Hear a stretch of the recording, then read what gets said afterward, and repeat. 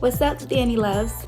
It's your girl, the Loc'd, aka Danny Marie, checking in with another video. So this video is going to be a little bit more of me sharing who I am with you. I'm planning to talk about some things that I don't talk about very often. I'm also going to talk a little bit about my journey to becoming a nurse, what that looked like, the detours that it took, and all those good things. So for starters, I always wanted to be a nurse growing up. Actually, no, I'll take that back. When I was younger, I wanted to be a doctor. And then as I got older and I realized nurses spent more time with patients and nurses had to go to less schooling to complete this career choice, I decided I wanted to be a nurse. So I went all through middle school and high school wanting to be a nurse. And then when I was in the 10th grade, 11th grade, I started managing our basketball team at my high school. And so as a manager, you go to practices, you go to games, etc. And so I got to see firsthand what an athletic trainer does. And so an athletic trainer, or a trainer, as a lot of people call them, but athletic trainers do not like to be called trainers, are the people who handle medical injuries during sports-related events. So the people that you see in the khaki shorts that run out on the field during football games, or run out on the court on basketball games. Basketball typically wear slacks, but those people are athletic trainers. So I got into athletic training because I thought that it would be really cool to combine medicine and sports together. Obviously, sports are fun for every kid, whether you are an athlete or it's just something that you watch. So that was how I got into athletic training. And when I went to college, my freshman year, I did apply into our athletic training program. I was accepted, and so the program is a 3-year program. So your freshman year, you're kind of just doing your prerequisites. You get a little bit of clinical experience, but it's more just observation-based. And you rotate through a couple of different sports. And this is how it was at my university, the University of South Carolina. So I did that, applied into the program, got accepted, and completed my first year, my sophomore year of the program. Did well, no issues, but I realized through actually being in the program that it wasn't hands-on enough for me. So the thing that I always liked about wanting to work in healthcare was being there for someone when something really bad happens and being able to help them get through that. So for me, athletic training wasn't for me because when someone gets really badly hurt, you put them in the back of an ambulance and you ship them off. And so they would go to the hospital. And I'm like, no, come back. That's the part that I want to do. I want to do, the healing process is great too. And that's one part that I don't get in nursing, my area of nursing. But athletic trainers, you do a lot of rehabbing.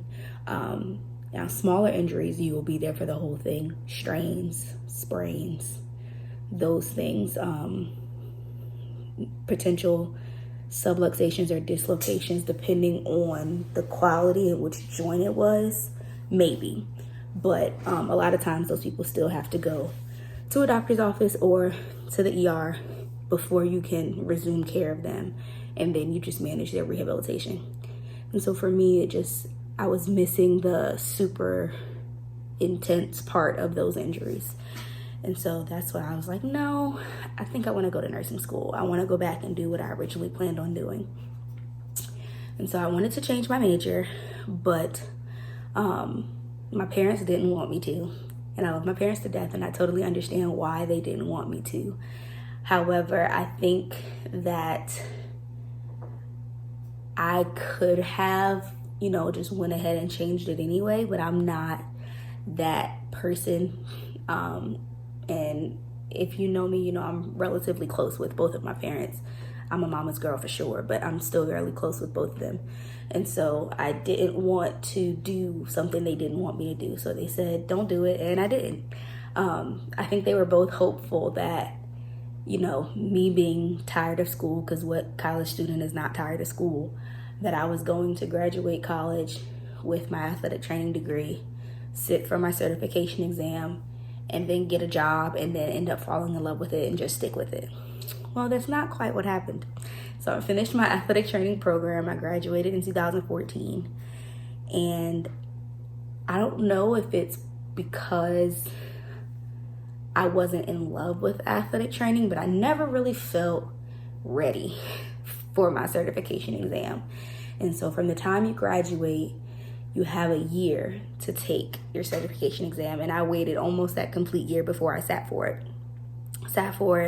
Passed it, and became a certified athletic trainer, which is a certification I still hold. I have to renew my certification every 2 years, and I do it every 2 years to keep it, because you just never know where life will take you, where that may come in handy. So I do still hold my certified athletic trainer certification.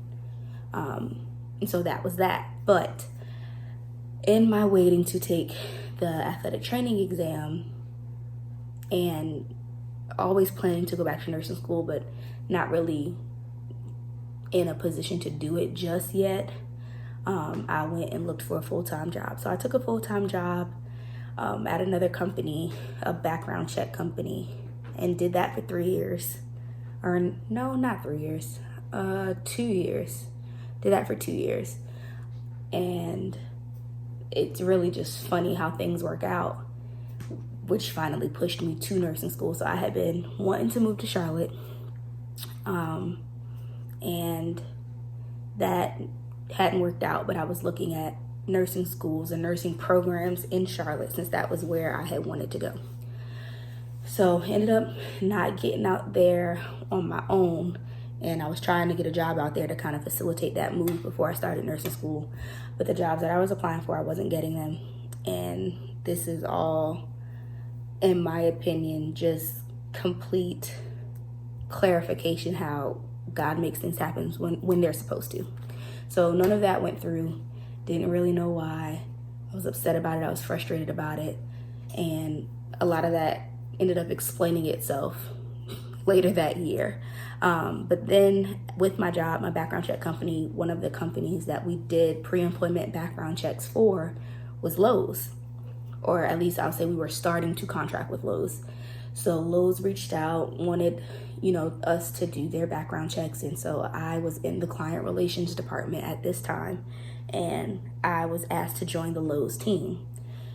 And the previous company that Loc'd worked with, they had somebody from their pre-employment background check company on site, and they wanted that same thing to happen. So my company asked would I like to be on site with them, and ironically, their headquarters was in Charlotte. So I was like, yes, I'd love to. Finally get me to Charlotte. Great. And then for whatever reason, that contract just dragged on and on and on and on. And it was just like, I really don't know if this Charlotte thing is going to work out, because every time I try to get there, I can't get there. So at any rate, during all of this, my lease for my apartment was ending. So I moved in with my best friend, because I was only supposed to be in South Carolina for like another month or two before I moved to Charlotte. But then, as I just said, that never happened. So I moved in with my best friend just for a couple of months. And when I realized that Loc'd was just taking a whole lot longer than it should have, I decided to go get an apartment back where I was living prior to moving in with my best friend, a place that I like to live. But of course I couldn't get my apartment back, so they put me in a different place. Y'all, they put me in this apartment. I moved all my stuff in this apartment. I left and went to Walmart, and I came home and discovered there were roaches in this apartment. And that was an absolute no. So I moved out the next day. And when I moved out the next day, I was talking to my mom that night after the whole incident happened. And she was like, just come back to Charleston. She was like, you can go to nursing school in Charleston. She was like, if you, still want to work at GIS, you can, commute back and forth. I wasn't doing that. That was too far. But the nursing school idea was a great idea. So I was like, you know what, let's do it. So that next day I put in my 2 weeks at my job and I moved back to Charleston. So I applied to nursing school. And again, let me tell you how God works. So I decided I was going to go back to Charleston, or move to Charleston rather, and go to nursing school. It was like January 3rd or 4th, something around there, of 2017. When I went online and looked at the applications for MUSC nursing school, the application deadline was January 15th. So I had to get my complete application done, get my essay done, and get 3 letters of recommendation done, all by January 15th. That means reach out to 3 people that I had not asked for anything yet and get them to give me a letter of recommendation in like a week and some change.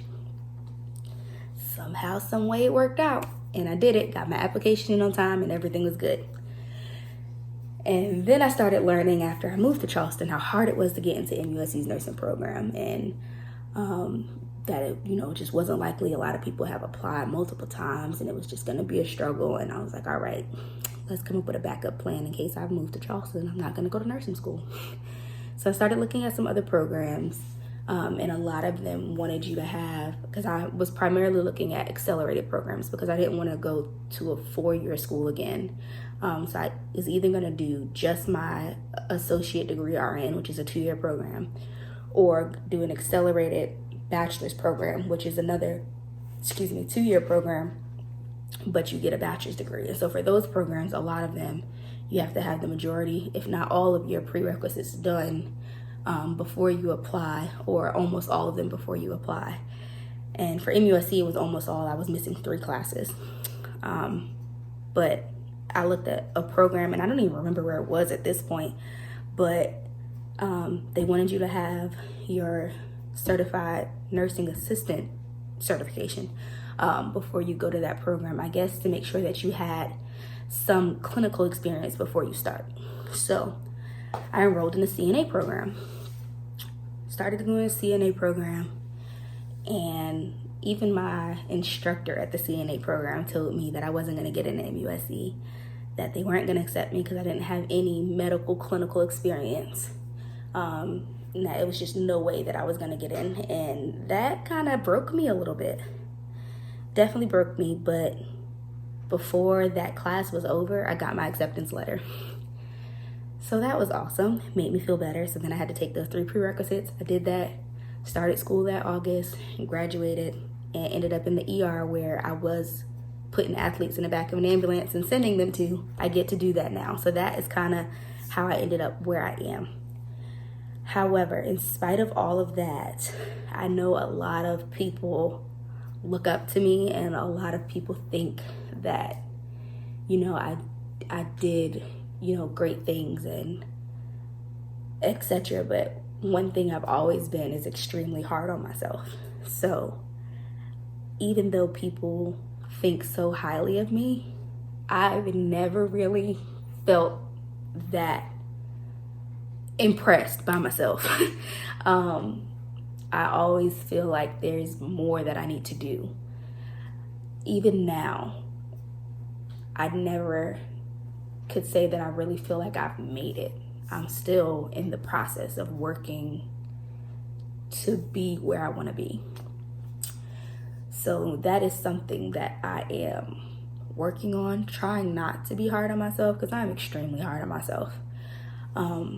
Nothing that I do, I ever feel is good enough.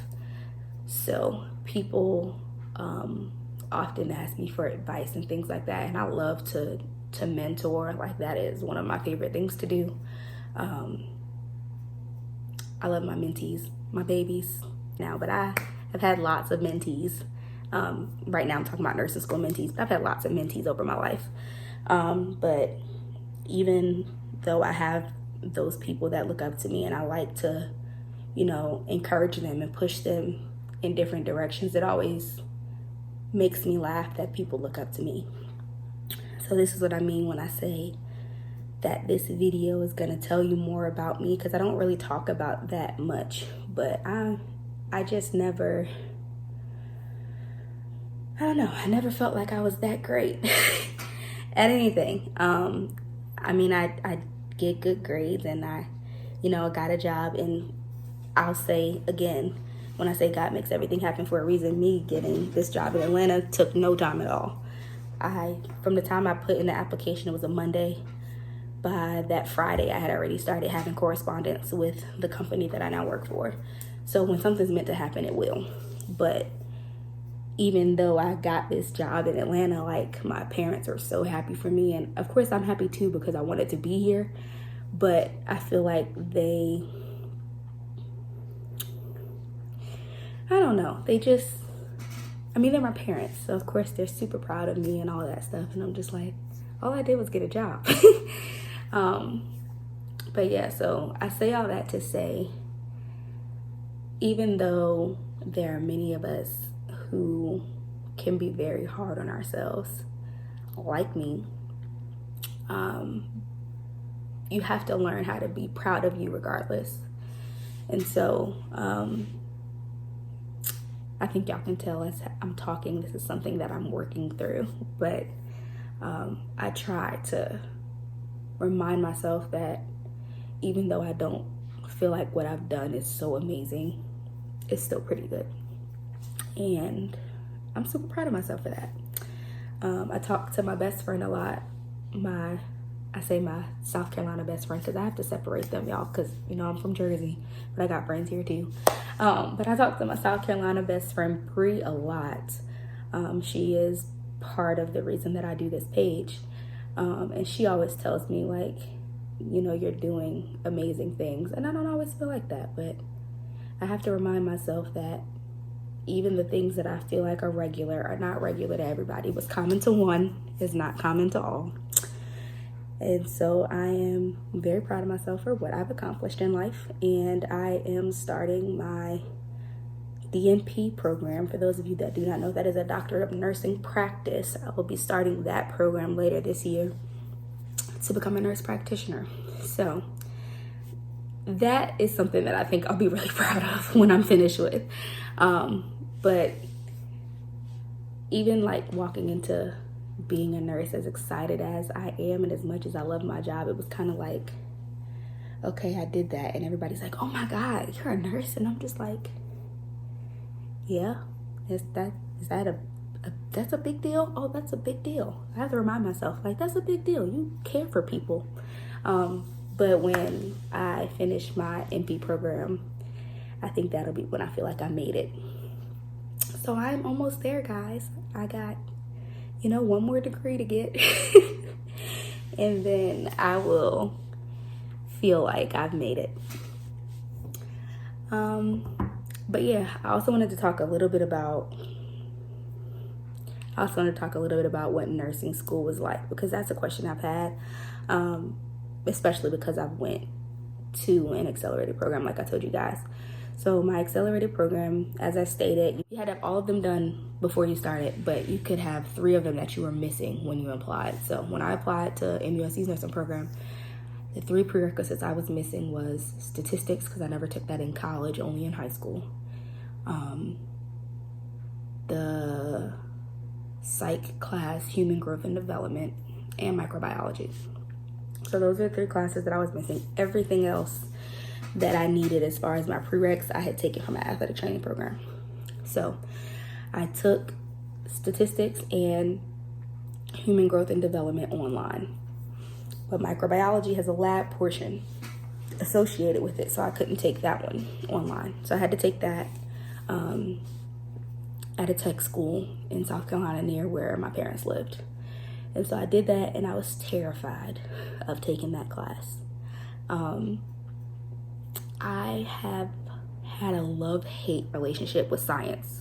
I like certain sciences, certain things about sciences, and I don't like other ones. And microbiology is one of those classes you always hear that it's very, very hard. And I needed to pass this class to start nursing school, to start working toward that goal. I had to pass this mini goal. And I was terrified that I wasn't gonna get a great grade, or I was like only gonna get by through the skin of my teeth. But I started taking this microbiology class, and y'all, I fell in love with micro. Like, I loved microbiology, and I don't even know where it came from. Like, I mean, biology was cool, but it wasn't like something that I loved, but micro was awesome. Yeah, I sound like a nerd, don't I? But no, I loved microbiology. My lab instructor was awesome. And so I finished that class and then started nursing school. So in a traditional nursing program, I'm going to talk more about a 4-year program instead of a 2-year ADN program, because I think that the accelerated program, although it is similar in time with the ADN program, I think it more aligns with a 4-year program because that's the degree that you're getting. So when you go to a 4-year school for nursing, typically your first 2 years you're doing all of your prerequisites. At USC, the University of South Carolina in Columbia, where I did my athletic training degree, they had I forget what it was called. It was like upper something. When you started and you decided that you wanted to be a nursing major, you were in the lower whatever, and then you had to apply into this upper division. Maybe it was upper division, I can't remember. But you had to apply into that. And that was where a lot of people ended up not becoming nursing majors at USC because their standards are so high for that nursing program. They have extremely intelligent students in the USC nursing program. And if I think it was last year, they had a 100% success rate on the NCLEX, which is the national certification that you take to become a nurse. So it's really tough to get in that program. And so a lot of people who apply into, I think it's upper division, y'all. A lot of people that apply in the upper division, that's where they end up having to change their major because they didn't get into the nursing program. But once you get into upper division, that is essentially those last 2 years. You would apply into that at the end of your sophomore year. So that junior and senior year of a 4-year program is what my accelerated nursing program was. Each semester, you have your clinicals where you're going into the hospital and you are learning how to care for people. And you have your didactic portion, which is in your classroom, learning the book-based stuff. So I had foundations,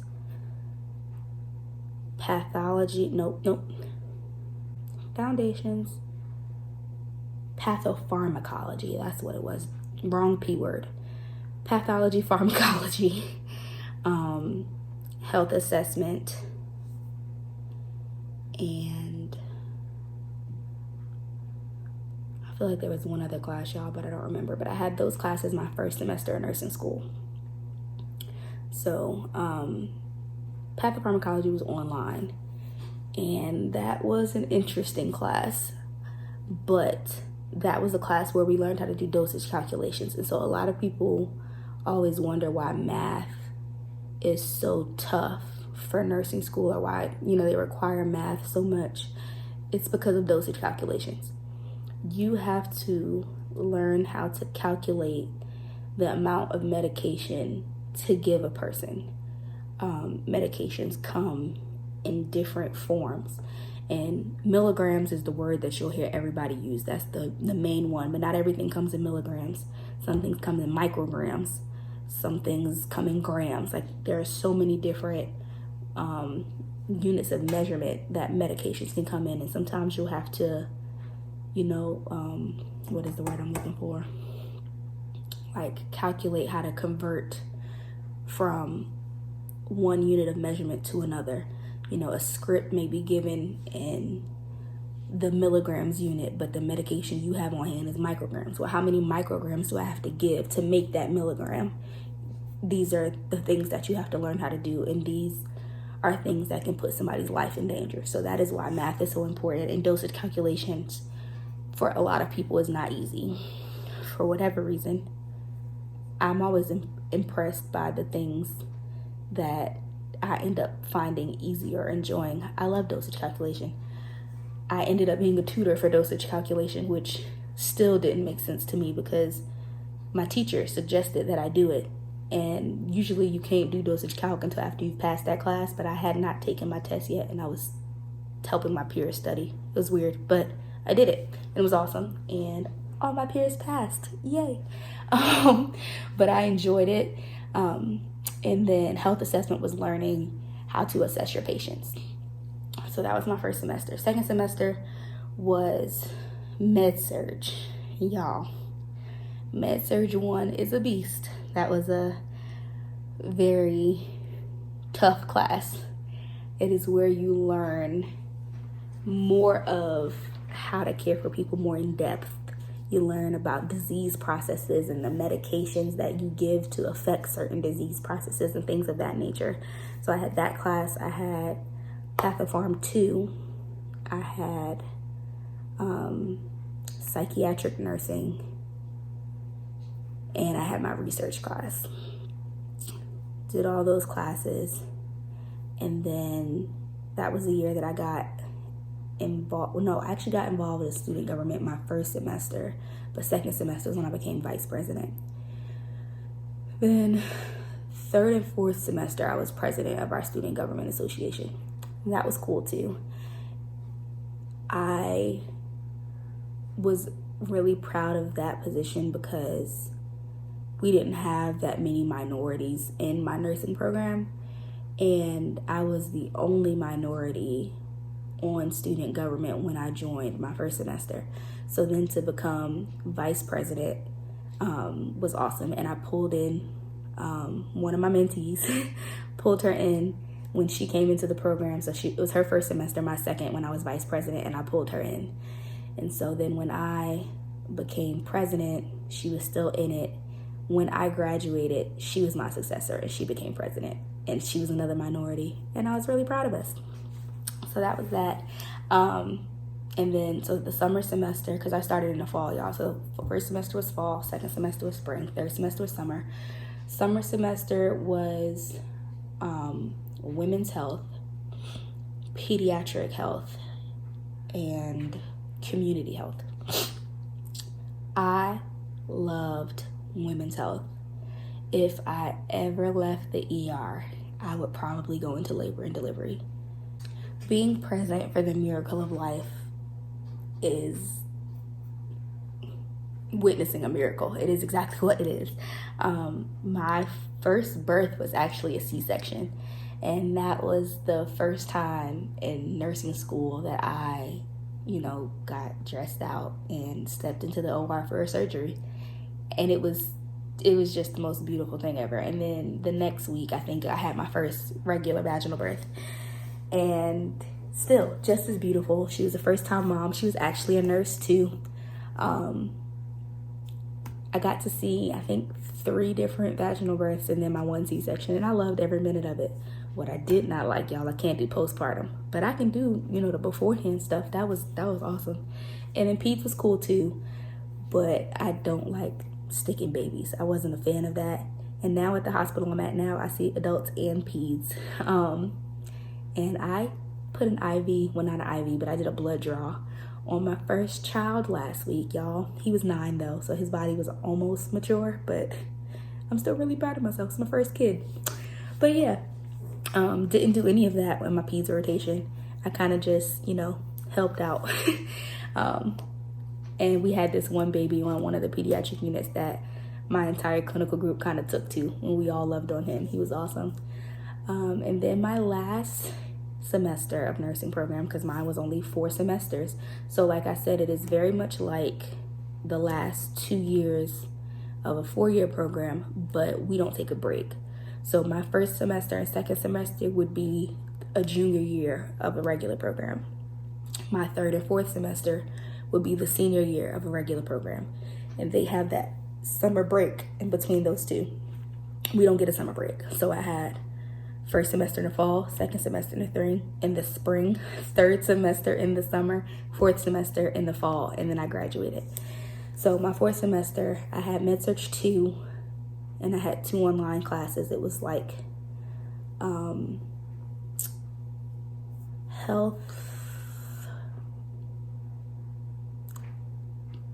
health policy or something to that effect. It was something about like laws in healthcare and how nurses can affect legislation.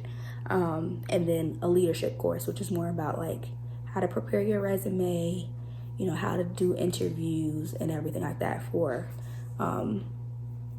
becoming an actual nurse. And then it was also about how to carry yourself as you move up in leadership. So when you start off as a nurse, get involved in shared governance, things of that nature. So my preceptorship is what I also had my 4th semester.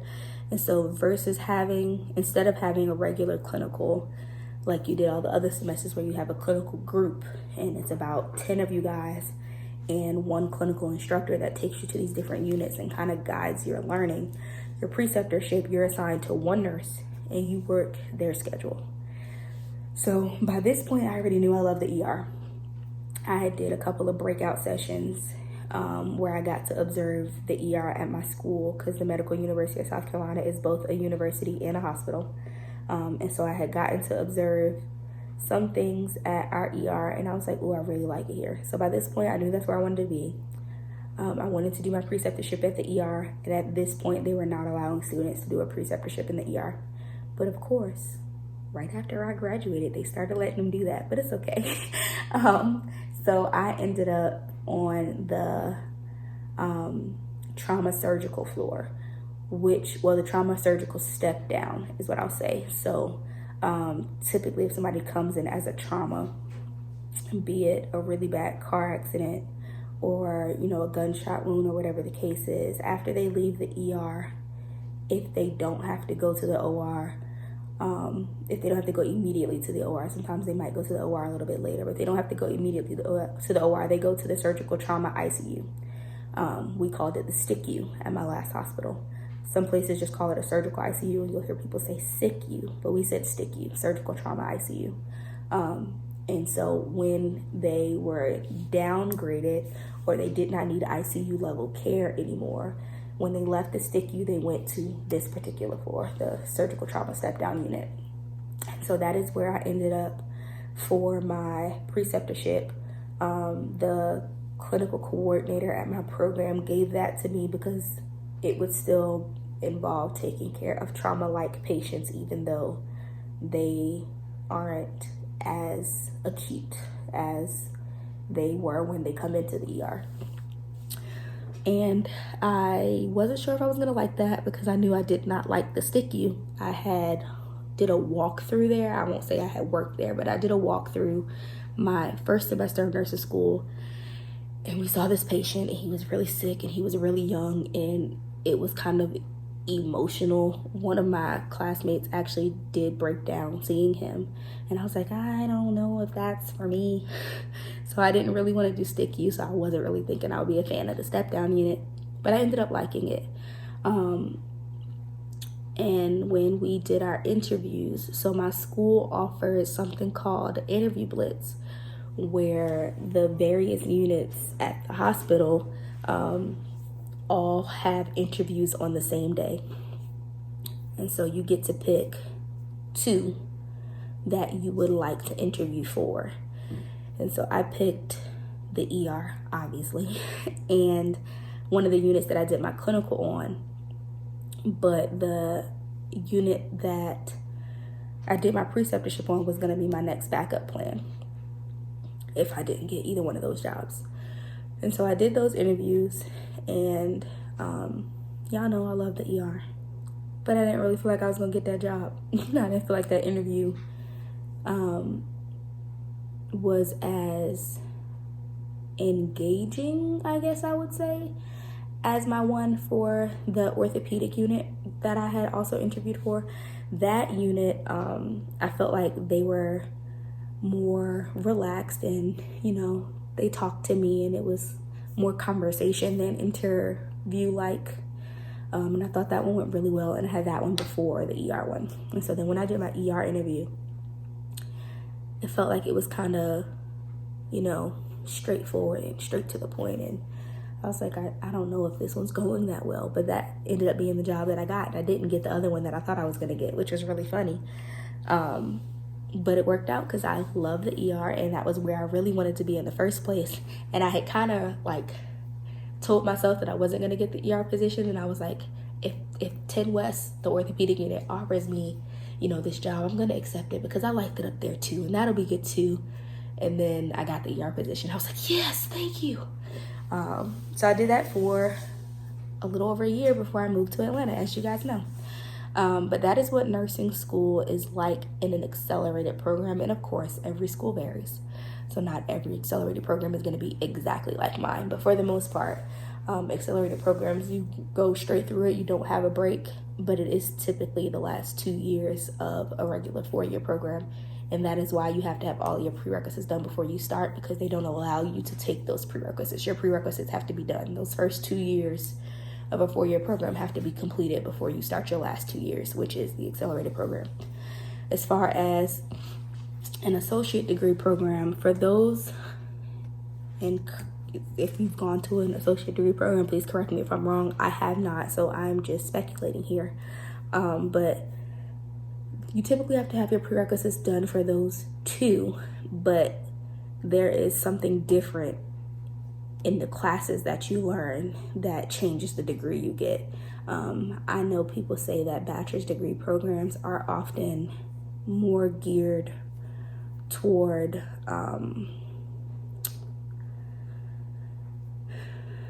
not necessarily like paperwork, but it's a lot of research involved and more focused toward kind of like growing the profession and going past bedside nursing and doing other things, going into leadership and stuff like that.